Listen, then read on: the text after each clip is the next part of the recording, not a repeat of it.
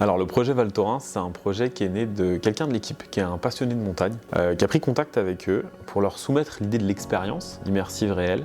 Les équipes de Val Thorens ont tout de suite été très engagées dans le projet parce que c'est un sujet qui les touche quotidiennement. Ils ont l'envie de bien faire pour les clients qui reçoivent à la montagne, l'envie d'amener du savoir aussi, de partager. Parce que pour les gens qui viennent skier une semaine, c'est pas forcément évident d'avoir les us et coutumes, les risques, la manière de les gérer. C'est hyper important de former les gens et de leur expliquer comment ça marche dans ces cas-là. On imprime tous les docs, on prend toutes les vidéos et on fait tourner le scénario une première fois, d'accord ?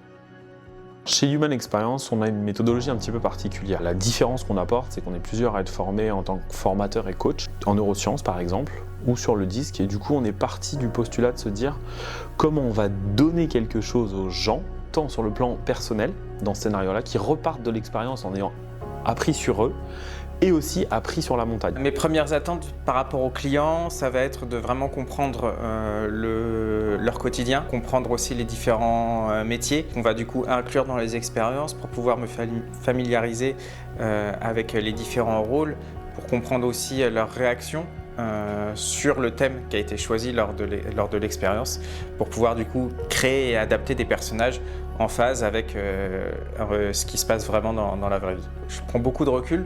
Du coup, ça me permet d'avoir une vision d'ensemble. Et ensuite, j'ai mes 15 années de maîtrise du disque qui font que je vais du coup arriver à profiler et du coup créer des personnages cohérents. Non seulement cohérents par rapport à la réalité, mais aussi inclure tout type de personnalité qu'on peut être susceptible de rencontrer pour que peu importe notre profil, quand on vit l'expérience, on sera forcément confronté à des gens qui nous ressemblent, mais également des gens qui sont à l'opposé de nous. Les profils de l'équipe sont un petit peu particuliers sur un scénario comme ça.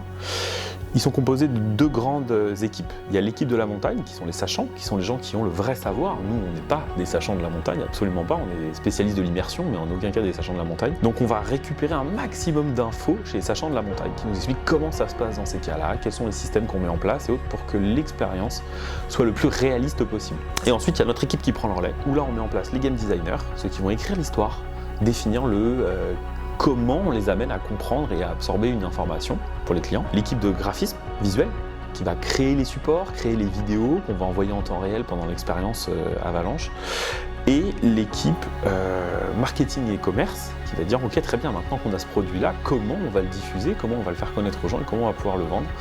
Et tout ça, ça fait une joyeuse équipe qu'il faut réussir à coordonner parce qu'on a des personnalités très différentes. Mais c'est tout ce qui fait l'intérêt du projet, c'est d'être capable de faire travailler toute cette équipe-là et cette coordination ensemble.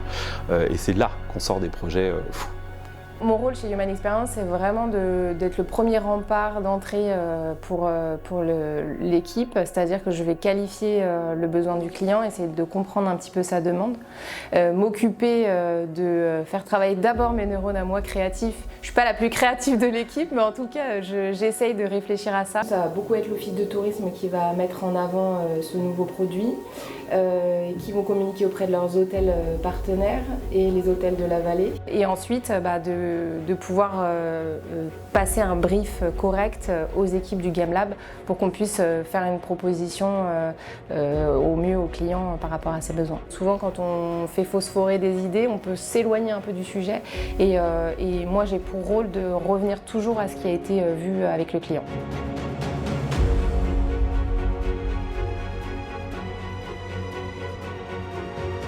Première saison de cette année, on fait travailler le scénario, on va aussi le voir vivre. Un scénario, c'est une matière polymorphe qu'on doit voir vivre avec l'humain, de savoir comment les gens perçoivent les informations, comment ils les comprennent, comment ils les absorbent et tout. Et j'avoue que, étant donné le terrain de jeu, sur les trois vallées, spécialement sur les Val Thorens, dans les tuyaux, il y a une version où on va sûrement sortir en montagne, en plus, dans l'expérience. Et pourquoi pas avec des outils type motoneige, hélicoptère et tout ça pour redonner encore un cap encore plus puissant et encore plus imprégnant à l'expérience. On a la chance de pouvoir le pratiquer dans une ancienne église désacralisée qui va déjà un lieu qui va envoyer du visuel très fort. L'idée c'est que là, à la fin de saison, on se tape dans la main tous en disant on a fait un projet de dingue. nos attentes par rapport à ce type de projet qui sont quand même un petit peu spécifiques. On est sur un terrain spécial, on est avec une histoire spéciale, il y a de la pédagogie, donc c'est quand même un sujet assez imbriqué. C'est que les clients ils sortent avec l'effet waouh. Je suis sûr qu'avec la puissance de ce genre d'outil, on a de bonnes chances d'y arriver.